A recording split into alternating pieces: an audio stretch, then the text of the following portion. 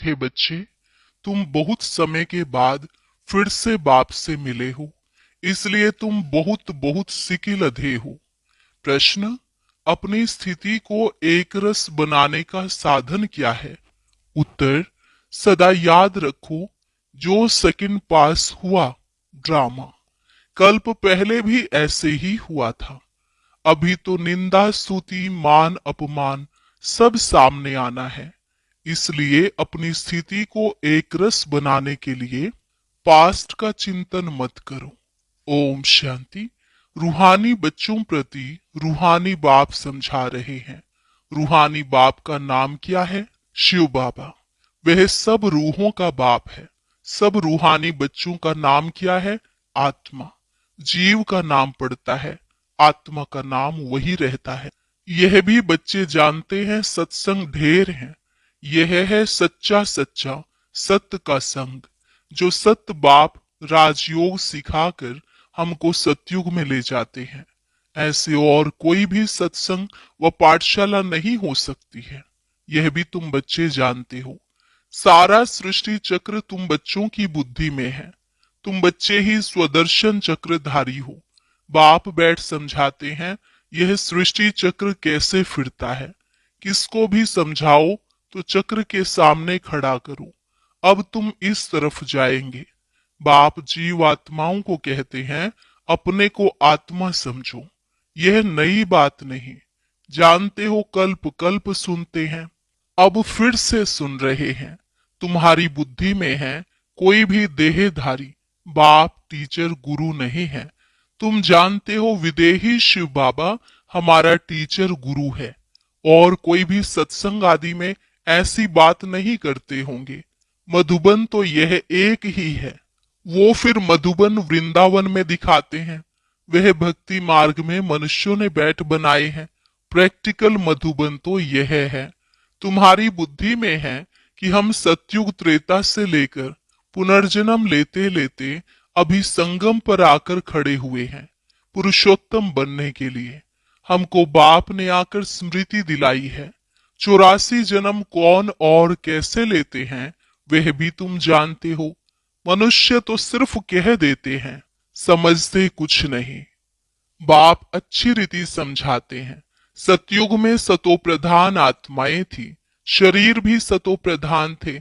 इस समय तो सतयुग नहीं है, यह है कलयुग। गोल्डन एज में हम थे, फिर चक्र लगाकर पुनर्जन्म लेते लेते हम आयरन एज में आ गए। फिर से चक्र जरूर लगाना है। अभी जाना है अपने घर। तुम सिकिलधे बच्चे हो ना। सिकिलधे उनको कहा जाता है जो गुम हो जाते हैं, फिर बहुत समय के बाद मिलते हैं। तुम 5000 वर्ष के बाद आकर मिले हो।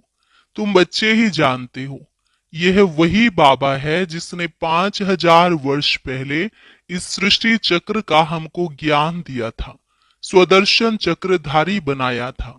अभी फिर से बाप आकर मिले हैं, जन्म सिद्ध अधिकार देने के लिए। यहाँ बाप रियलाइज कराते हैं, इसमें आत्मा के 84 जन्मों की भी रियलाइजेशन आ जाती है। यह सब बाप बैठ समझाते हैं, जैसे 5000 वर्ष पहले भी समझाया था। मनुष्य को देवता या कंगाल को सिरताज बनाने के लिए। तुम समझते हो हमने 84 पुनर्जन्म लिए हैं। जिन्होंने नहीं लिए हैं वह यहाँ सीखने के लिए आएंगे भी नहीं। कोई थोड़ा समझेंगे, नंबरवार तो होते हैं ना। अपने अपने घर गृहस्थ में रहना है, सब तो यहाँ नहीं आकर बैठेंगे। रिफ्रेश होने वह आएंगे जिनको बहुत अच्छा पद पाना होगा। कम पद वाले जास्ती पुरुषार्थ भी नहीं करेंगे। यह ज्ञान ऐसा है, थोड़ा भी पुरुषार्थ किया तो वह व्यर्थ नहीं जाएगा। सजा खाकर आ जाएंगे। पुरुषार्थ अच्छा करते तो सजा भी कम होती। याद की यात्रा बिगर विकर्म विनाश नहीं होंगे। यह तो घड़ी घड़ी अपने को याद कराओ। कोई भी मनुष्य मिले, पहले तो उनको यह समझाना है, अपने को आत्मा समझो। यह नाम तो पीछे शरीर पर मिले हैं, किसको बुलाएंगे शरीर के नाम पर। इस संगम पर ही बेहद का बाप रूहानी बच्चों को बुलाते हैं। तुम कहेंगे रूहानी बाप आया है, बाप कहेंगे रूहानी बच्चे। पहले रूह फिर बच्चों का नाम लेते हैं। रूहानी बच्चों, तुम समझते हो रूहानी बाप क्या समझाते हैं? तुम्हारी बुद्धि जानती है शिव बाबा इस भागीरथ पर विराजमान है, हमको वही सहज राजयोग सिखा रहे हैं। और कोई मनुष्य मात्र नहीं जिसमें बाप आकर राजयोग सिखाए। वह बाप आते ही हैं पुरुषोत्तम संगम युग पर। और कोई भी मनुष्य कभी ऐसे कह ना सके, समझा न सके। यह भी तुम जानते हो, यह शिक्षा कोई इस बाप की नहीं है। इनको तो यह मालूम नहीं था कि कलयुग खत्म हो सतयुग आना है। इनका अब कोई देहधारी गुरु नहीं है। और तो सब मनुष्य मात्र कहेंगे हमारा फलाना गुरु है, फलाना ज्योति ज्योत समाया। सबके देहधारी गुरु हैं। धर्म स्थापक भी देहधारी हैं। यह धर्म किसने स्थापन किया? परम पिता परमात्मा त्रिमूर्ति शिव बाबा ने ब्रह्मा द्वारा स्थापन किया है। इनके शरीर का नाम ब्रह्मा है। क्रिश्चियन लोग कहेंगे क्राइस्ट ने यह धर्म स्थापन किया। वह तो देहधारी है, चित्र भी है। इस धर्म के स्थापक का चित्र क्या दिखाएंगे? शिव का ही दिखाएंगे। शिव के चित्र भी कोई बड़े कोई छोटे बनाते हैं। है तो वह बिंदी ही, नाम रूप भी है, परंतु अव्यक्त है। इन आंखों से ही नहीं देख सकते। शिव बाबा तुम बच्चों को राज्य भाग्य देकर गए हैं, तब तो याद करते हैं ना। शिव बाबा कहते हैं मन मना भो, मुझ एक बाप को याद करो। किसकी स्तुति नहीं करनी है। आत्मा की बुद्धि में कोई देह याद ना आए, यह अच्छी रीति समझने की बात है। हमको शिव बाबा पढ़ाते हैं, सारा दिन यह रिपीट करते रहो। शिव भगवानुवाच, पहले पहले तो अल्फ ही समझना पड़े। यह पक्का नहीं किया और बेते बताई तो कुछ भी बुद्धि में बैठेगा नहीं। कोई कह देते यह बात तो राइट है, कोई कहते इसे समझने में तो टाइम चाहिए, कोई कहते विचार करेंगे। किस्म किस्म के आते हैं। यह है नई बात। परम पिता परमात्मा शिव आत्माओं को बैठ पढ़ाते हैं। विचार चलता है क्या करें जो मनुष्यों को यह समझ में आ जाए। शिव ही ज्ञान का सागर है। आत्मा को ज्ञान का सागर कैसे कहते हैं जिसको शरीर ही नहीं है? ज्ञान का सागर है तो जरूर कभी ज्ञान सुनाया है, तब तो उनको ज्ञान सागर कहते हैं।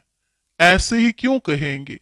कोई बहुत पढ़ते हैं तो कहा जाता है यह तो बहुत वेद शास्त्र पढ़े हैं, इसलिए शास्त्री अथवा विद्वान कहा जाता है। बाप को अर्थात शिव बाबा को ज्ञान का सागर अथॉरिटी कहा जाता है। जरूर होकर गए हैं। पहले तो पूछना चाहिए अभी कलयुग है या सतयुग, नई दुनिया है या पुरानी दुनिया। एम ऑब्जेक्ट तो तुम्हारे सामने खड़ा है। यह लक्ष्मी नारायण अगर होते तो उन्हों का राज्य होता। यह पुरानी दुनिया कंगालपना ही नहीं होता। अभी तो सिर्फ इन्हों के चित्र हैं। मंदिर में मॉडल्स दिखाते हैं, नहीं तो उन्हों के महल बगीचे आदि कितने बड़े बड़े होंगे। सिर्फ मंदिर में थोड़े ही रहते होंगे। प्रेसिडेंट का मकान कितना बड़ा है। देवी देवता तो बड़े बड़े महलों में रहते होंगे। बहुत जगह होगी, वहां डरने आदि की बात ही नहीं होती। सदैव फुलवाड़ी रहती है, कांटे होते ही नहीं। वह है ही बगीचा। वहां तो लकड़ियां आदि जलाते ही नहीं होंगे। लकड़ियों में धुआं होता है तो दुख फील होता है। वहां हम बहुत थोड़े टुकड़े में रहते हैं, पीछे वृद्धि को पाते जाते हैं। बहुत अच्छे अच्छे बगीचे होंगे, खुशबू आती रहेगी। जंगल होगा ही नहीं। अभी फीलिंग आती है, देखते तो नहीं है।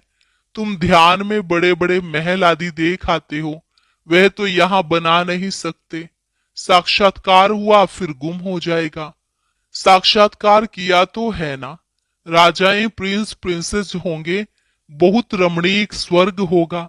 जैसे यहाँ मैसूर आदि रमणीक हैं, ऐसे वहां बहुत अच्छी हवाएं लगती रहती हैं, पानी के झरने बहते रहते हैं। आत्मा समझती है हम अच्छी अच्छी चीजें बनाएं। आत्मा को स्वर्ग तो याद आता है ना। तुम बच्चों को रियलाइज होता है क्या क्या होगा, कहाँ हम रहते होंगे। इस समय यह स्मृति रहती है। चित्रों को देखो, तुम कितने खुश नसीब हो। वहां दुख की कोई बात नहीं होगी। हम तो स्वर्ग में थे, फिर नीचे उतरे, अब फिर स्वर्ग में जाना है। कैसे जाएं? रस्सी में लटक कर जाएंगे क्या? हम आत्माएं तो रहने वाली हैं शांति धाम की। बाप ने स्मृति दिलाई, अब तुम फिर देवता बन रहे हो और दूसरों को बना रहे हो। कितने घर बैठे भी साक्षात्कार करते हैं। बांधेलियों ने कभी देखा थोड़ी ही है कैसे आत्मा को उछल आती है। अपना घर नजदीक आने से आत्मा को खुशी होती है। समझते हैं बाबा हमको ज्ञान देकर श्रृंगारने आए हैं। आखिरी ने एक दिन अखबारों में भी पड़ेगा। अभी तो स्तुति, निंदा, मान, अपमान सब सामने आता है। जानते हैं कल्प पहले भी ऐसे हुआ था।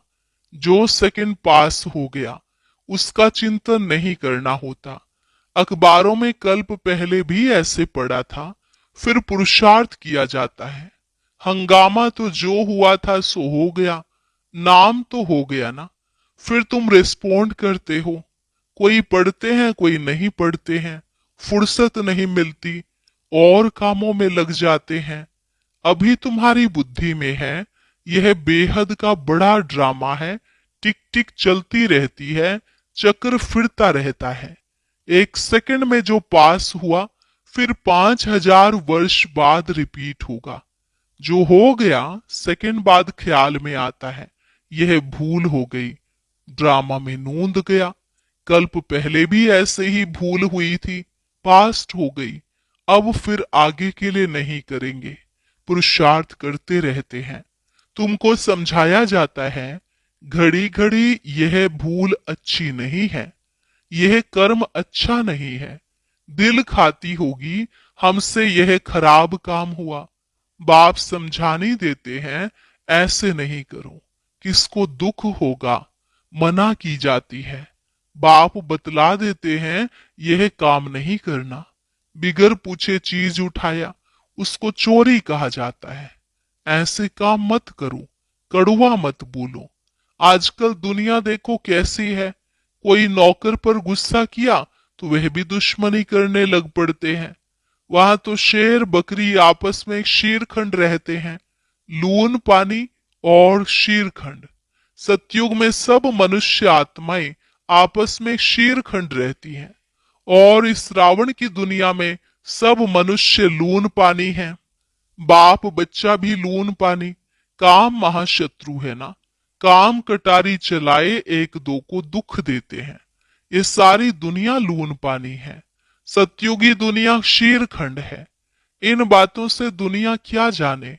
मनुष्य तो स्वर्ग को लाखों वर्ष कह देते हैं तो कोई बात बुद्धि में आ न सके। जो देवताएं थे उन्हों को ही स्मृति में आता है। तुम जानते हो यह देवता सतयुग में थे। जिसने 84 जन्म लिए हैं वही फिर से आकर पढ़ेंगे और कांटों से फूल बनेंगे। यह बाप की एक ही यूनिवर्सिटी है। इनकी ब्रांचेज निकलती रहती हैं। खुदा जब आएगा तब उनके खिदमतगार बनेंगे, जिनके द्वारा खुद खुदा राजाई स्थापन करेंगे। तुम समझते हो हम खुदा के खिदमतगार हैं। वह जिस्मानी खिदमत करते हैं, यह है रूहानी। बाबा हम आत्माओं को रूहानी सर्विस सिखला रहे हैं क्योंकि रूह ही तमो प्रधान बन गई है। फिर बाबा सतो प्रधान बना रहे हैं। बाबा कहते हैं मामेकम याद करो तो विकर्म विनाश होंगे। यह योग अग्नि है।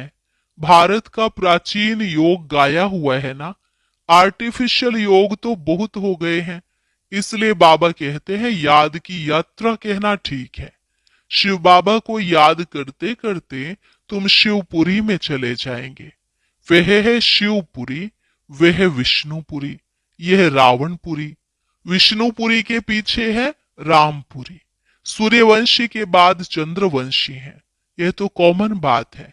आधा कल्प सत्युग त्रेता, आधा कल्प द्वापर कलयुग। अभी तुम संगम पर हो, यह भी सिर्फ तुम जानते हो। जो अच्छी रीति धारणा करते हैं वे दूसरे को भी समझाते हैं। हम पुरुषोत्तम संगम युग पर हैं। ये किसकी बुद्धि में याद रहे तो भी सारा ड्रामा बुद्धि में आ जाए, परंतु कलयुगी देह के संबंधी आदि याद आते रहते हैं। बाप कहते हैं तुमको याद करना है एक बाप को, सर्व का सदगति दाता, राजयोग सिखलाने वाला एक ही है। इसलिए बाबा ने समझाया है शिव बाबा की ही जयंती है जो सारी दुनिया को पलटाते हैं। तुम ब्राह्मण ही जानते हो। अभी हम पुरुषोत्तम संगम युग पर हैं। जो ब्राह्मण हैं उनको ही रचयिता और रचना का ज्ञान बुद्धि में है। अच्छा, मीठे मीठे सिकिलधे बच्चों प्रति मात पिता बाप दादा का याद प्यार और गुड मॉर्निंग। रूहानी बाप की रूहानी बच्चों को नमस्ते। रूहानी बच्चों की रूहानी बाप दादा को नमस्ते नमस्ते, गुड मॉर्निंग। शुक्रिया बाबा, शुक्रिया। धारणा के लिए मुख्य सार। कोई भी ऐसा कर्म नहीं करना है जिससे किसी को दुख हो। कड़वे बोल नहीं बोलने हैं। बहुत बहुत शीरखंड होकर रहना है। किसी भी देहधारी की स्तुति नहीं करनी है। बुद्धि में रहे हमको शिव बाबा पढ़ाते हैं, उस एक की ही महिमा करनी है। रूहानी खिदमतगार बनना है। वरदान, शुद्ध संकल्प के व्रत दृढ़ता द्वारा वृत्ति का परिवर्तन करने वाले दिल तख्त नशीन भव। शुद्ध संकल्प के व्रत दृढ़ता द्वारा वृत्ति का परिवर्तन करने वाले दिल तख्त नशीन भव। बाप दादा का दिल तख्त इतना प्योर है जो इस तख्त पर सदा प्योर आत्माएं ही बैठ सकती हैं। जिनके संकल्प में भी अपवित्रता या अमर्यादा आ जाती है वो तख्त नशीन के बजाय गिरती कला में नीचे आ जाते हैं। इसलिए पहले शुद्ध संकल्प के व्रत द्वारा अपनी वृत्ति का परिवर्तन करो। वृत्ति परिवर्तन से भविष्य जीवन रूपी सृष्टि बदल जाएगी। शुद्ध संकल्प व दृढ़ संकल्प के व्रत का प्रत्यक्ष फल है ही सदा काल के लिए बाप दादा का दिल तख्त। स्लोगन, जहां सर्व शक्तियां साथ हैं वहां निर्विघ्न सफलता है ही। जहां सर्व शक्तियां साथ हैं वहां निर्विघ्न सफलता है ही। अव्यक्त इशारा, अब संपन्न व कर्मातीत बनने की धुन लगाओ। अंत्यवाहक स्थिति अर्थात कर्म बंधन मुक्त कर्मातीत स्थिति का वाहन अर्थात अंतिम वाहन, जिस द्वारा ही सेकंड में साथ उड़ेंगे। इसके लिए सर्व हदों से पार बेहद स्वरूप में बेहद के सेवाधारी, सर्व हदों के ऊपर विजय प्राप्त करने वाले विजयी रत्न बनो, तभी अंतिम कर्मातीत स्वरूप के अनुभवी स्वरूप बनेंगे।